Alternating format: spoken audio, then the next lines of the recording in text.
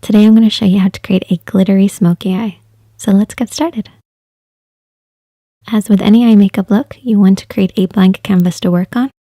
So apply concealer, foundation, or an eyeshadow primer all over the lid and any area that you're working on to give your eyeshadow something to hold on to, but also to help them last longer.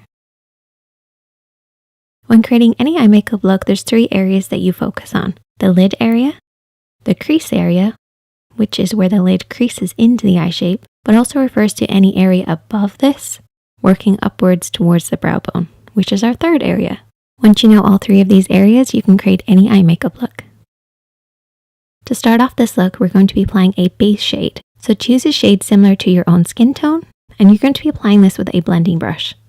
You can check out the description box to find out where I get my brushes from, and I also have a discount code below. You're going to be applying this all over the lid, setting the concealer, primer, or foundation that we've already applied, and also creating a really soft blend for us to work on. Then we're going to be applying a mid-tone. Your mid-tone shade is similar to your bronzer or your favorite nude lipstick. Because we're going to be creating a smoky eye, have a look at the nude lipstick that you're going to be wearing with this look, and choose an eyeshadow that matches that perfectly. Doing that will help you find the perfect mid-tone. We usually apply our mid-tone into the crease. However, with a smoky eye, we also bring it down onto the lid so that we have a layering technique. So start off deep in the crease, bring it down then onto the lid, and once the majority of the product is off the brush, make sure to softly sweep the crease area to make sure you have a soft blend and no harsh lines. The next step is to apply your contour, and I want you to layer your contour using a slightly smaller brush.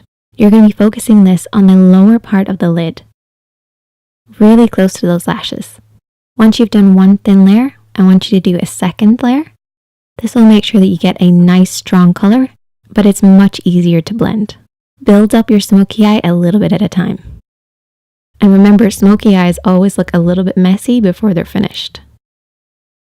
As we're going to be using glitter, I want you guys to try some glitter glue. There's lots of different ones available. The trick with glitter glue is to make sure you cover the area in a very thin amount of glue. Try and keep your eyes as still as possible, looking slightly down in a mirror, or even supporting and stretching the lid.